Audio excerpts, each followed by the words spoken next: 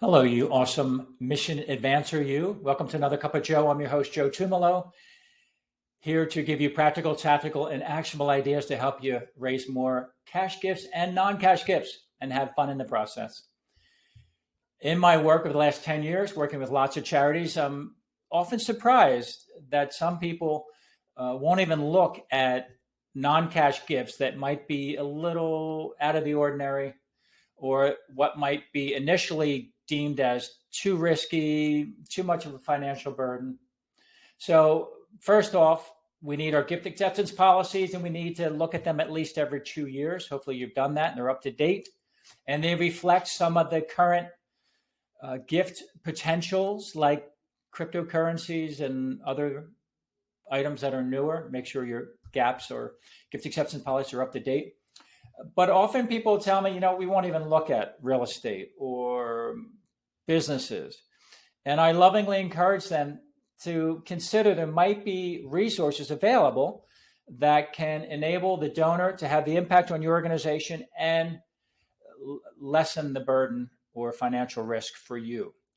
A couple that come to mind, community foundations. They all work differently, and I'm not overly educated on how they work, but I do know that they many times can take these as an example, real estate, property, land, and help the donor accomplish their goals, and then get you a percentage of the gift. Depends on the community foundation. The second one is donor advised funds. Again, using the example of real estate, donor has a property in the middle of nowhere in rural Pennsylvania. How long would we have to hold on to that?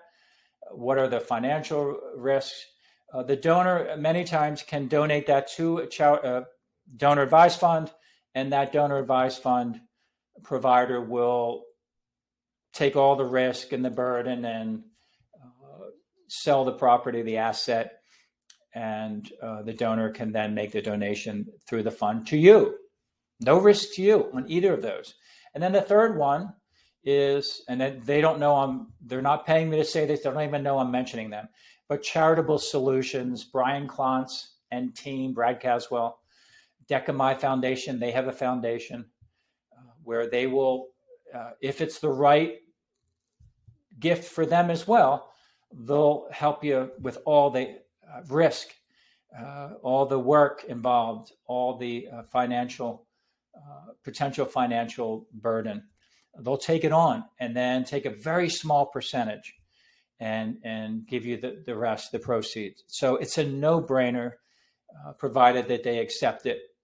And interestingly, I had an interview with Brian years ago, and he said that I think it was about 50 to 60% of the gifts that are approached to them, they actually go through. So not all gifts are gifts that we want, but my main point is don't say no so quickly.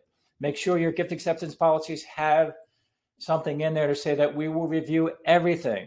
And if it's not something we want to take on, we'll look at some of these outside providers, community foundations, donor advised funds, Charitable Solutions. You can reach them at charitablesolutionsllc.com, by the way.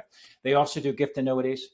If you don't really have a gift annuity program, but somebody wants to do one, a donor wants to do one, don't say no. Call the wonderful folks at Charitable Solutions. And they can, again, take that on, do all the work, do the investing, and take a very small percentage. So if you feel like, wow, you know what? Yeah, we should be doing more. We should have better processes in place.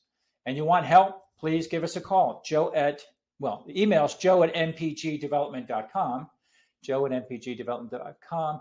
And the cell number is 610-653-7906. Thanks, as always, to our sponsor, ThankView. Check them out online as well. Until next time, all the best. Thank you.